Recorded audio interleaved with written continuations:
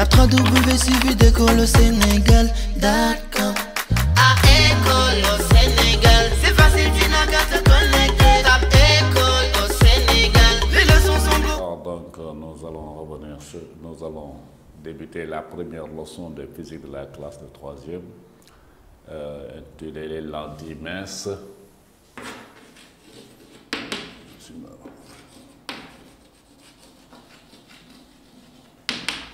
Les lentilles minces.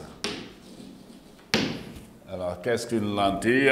Une lentille, en fait, c'est un milieu transparent dont l'une des surfaces au moins n'est pas plane, ou bien une des surfaces au moins est plane. Alors, c'est un milieu transparent. Vous avez appris en classe de 4e qu'il y a 3 milieux optiques. Il y a le milieu opaque, il y a le milieu opaque, il y a le milieu translucide et il y a le milieu transparent.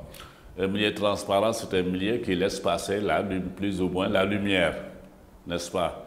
Par exemple, les verres ordinaires, c'est des milieux transparents.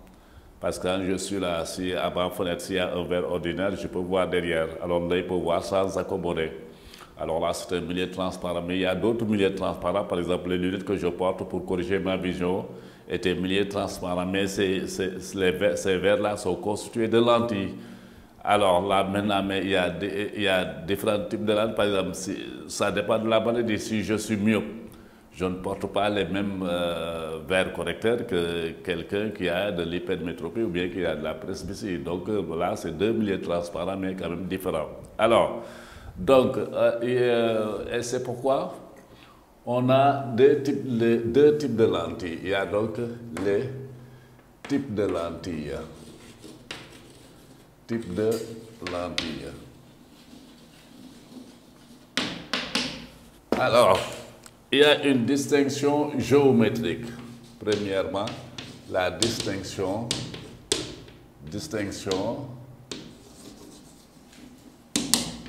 géométrique.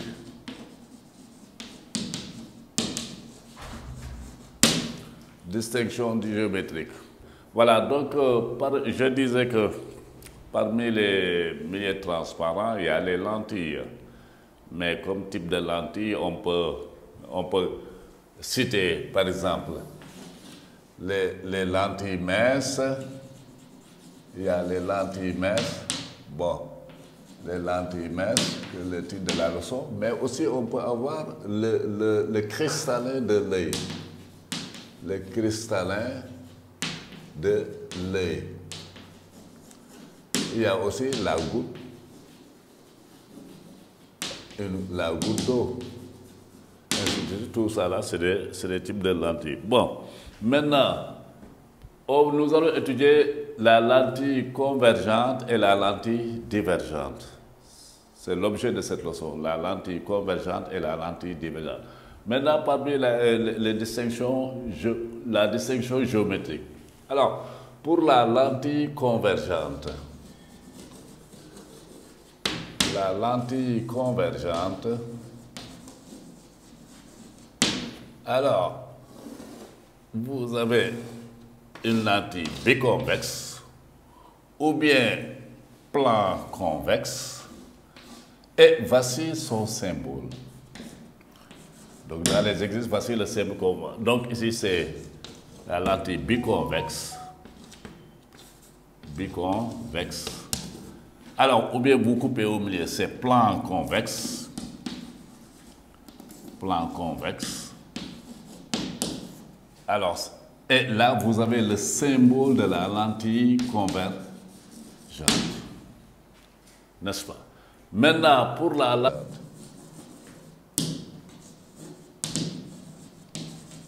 lentille divergente, vous avez les faces sont creuses et les bords sont épais. Donc là, ici, ou bien vous coupez au milieu, et là, l'autre est creuse, et ici. Et là, vous avez le symbole de la lentille convergente, de la lentille. Les faces sont épaisses, mais les bords sont minces. Les bords sont minces, mais les faces sont épaisses. Ou bien vous avez une face plane et l'autre, bien sûr, bombée. Alors, par contre, là, pour la lentille divergente, les faces sont creuses et les bords sont épais. C'est la différence fondamentale. Les bords sont minces, les faces sont minces et les bords sont épais. Voici donc la distinction géométrique. Maintenant, pour la distinction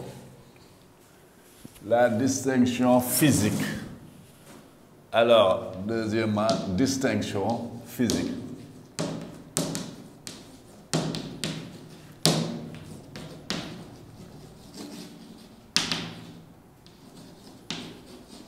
Distinction physique. Pour la lentille convergente, je prends la lentille convergente. Ici, je vais utiliser maintenant le symbole, si vous voulez. Hein? Et là, la lentille divergente, j'utilise le symbole. Alors, nous avons appris en classe de 4e qu'un faisceau lumineux, c'est un ensemble de rayons lumineux. Donc, je vais envoyer un faisceau lumineux cylindrique. J'envoie un faisceau lumineux cylindrique, n'est-ce pas? Un faisceau incident. Alors, ça c'est le faisceau incident. Maintenant, quand il sort de la lentille, qu'est-ce qu'on remarque? Que justement, le faisceau devient convergent.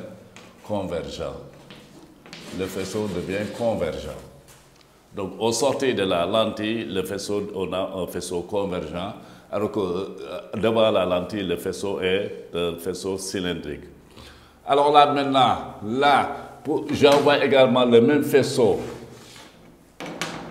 vers la lentille divergente. Alors là, je vois que le faisceau ici est un faisceau divergent. Voilà donc une autre différence fondamentale. Voilà ce que donne une lentille convergente et une lentille divergente. Alors donc là, le faisceau lumineux est convergent avec une lentille convergente, bien sûr. Et là, le faisceau lumineux est divergent avec une lentille divergente. Toujours dans la distinction physique, regardez.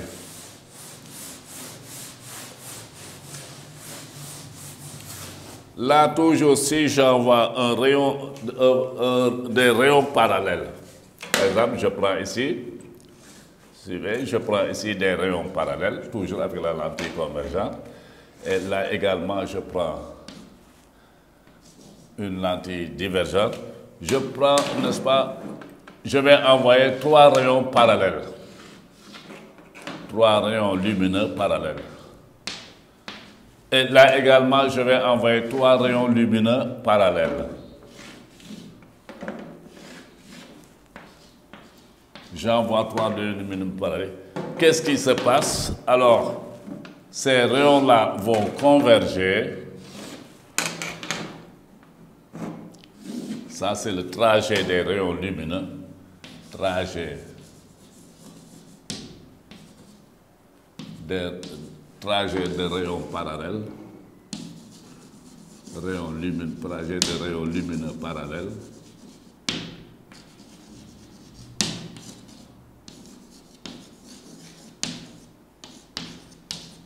Trajet de rayons lumineux parallèles. Voilà, les rayons sont convergents. Et les rayons ici sont divergents.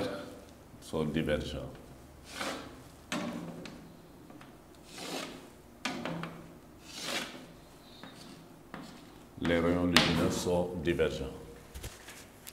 Voilà donc une distinction physique des 2 lentilles que nous allons étudier, la lentille convergente et la lentille divergente. On envoie un faisceau, le faisceau sort convergent, ça c'est le faisceau incident. Faisceau incident. Tout ce qui vient vers la lentille est incident. Et là, le faisceau émergent. Le faisceau émergent. C'est aussi valable pour cette lentille-là. Le faisceau incident cylindrique et le faisceau émergent, n'est-ce pas, qui est convergent. Là, le faisceau incident cylindrique et là, le faisceau émergent divergent. Là, les rayons lumineux incidents, là, c'est les rayons lumineux maintenant incidents. Et ça, c'est les rayons lumineux émergents. Quand ils émergent, ils convergent. N'est-ce pas? Alors, donc pour ça, ça c'est deuxièmement, maintenant grandeur, caractéristique d'une lentille. Caractéristique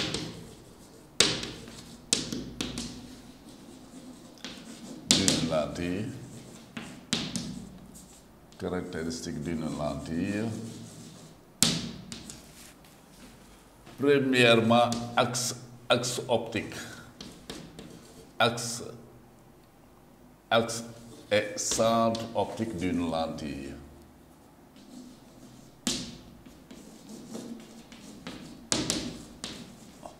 Axe optique et centre optique d'une lentille.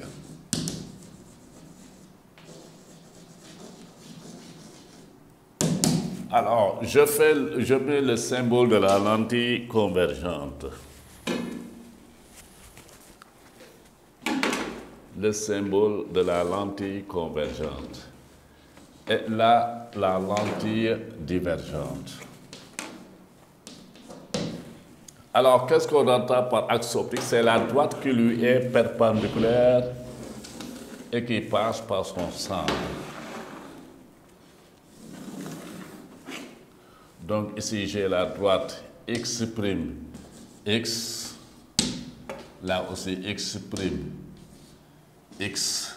La droite x', x est appelée axe optique de la, est appelée axe optique principal de la lentille, que ce soit une lentille convergente ou une lentille divergente. Donc, la droite x' OX qui est perpendiculaire au plan de la lentille et qui passe par son centre est appelée axe optique principal de la lentille. Maintenant, le point de rencontre entre l'axe optique principal et le centre, l'axe optique principal et le plan de la lentille est appelé axe optique, il est noté O. Donc O est le centre optique de la lentille.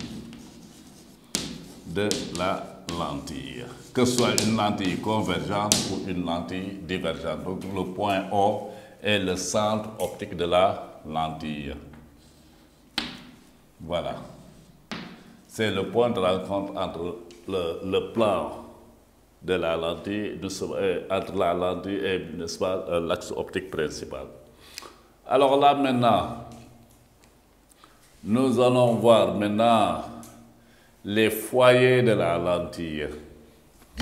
That